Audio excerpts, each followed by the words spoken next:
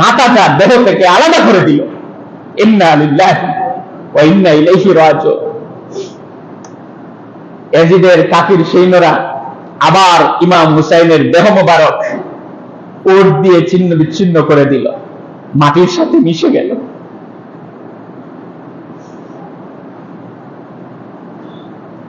এগারোই মহররম সকালবেলা আমাদের মা উম্মুল মুমিনিন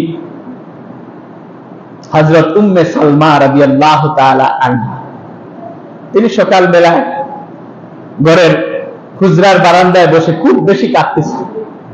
মহিলারা এসে বললেন, মা আপনি এত বেশি কাঁদেন কেন, কি হয়েছে? তিনি বললেন, তোমরা জানো না, গতকালকে দেখলাম স্বপ্নের মধ্যে রাসূলুল্লাহ আমার বাড়িতে আসছেন। আমি দেখলাম রাসূলুল্লাহর দাড়ি মোবারক দুলামলি, তার চোখ দিয়ে পানি পড়তেছে, মুখখানা মলিন। আমি বললাম, ইয়া রাসূলুল্লাহ, আপনার দাড়ি মোবারক দুলাবালি কেন, আপনার মুখখানা মলিন কেন, আপনার চোখের মধ্যে পানি কেন? রাসূলুল্লাহ বললেন, সালমা তুমি জানো না, এই মাত্র আমি কারবালা দিয়ে আসলাম, আমি দেখলাম আমার কলিজার টুকরা আমিরের মনি মা ফাতিমার কলিজার টুকরা ইমাম হুসাইনের মাতা ইয়াজিদের সেনাবাহিনী তার দেহ থেকে আলাদা করে দিয়েছে।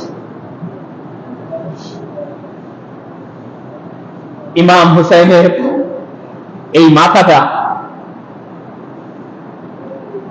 একটা প্লেটে করে কুফার গভর্নর ইবনে জিয়াদ, আল্লাহ লানত এই লোকটার উপর, সে একটা সিংহাসনে বসা, তার সামনে পায়ের নিচে এরকম একটি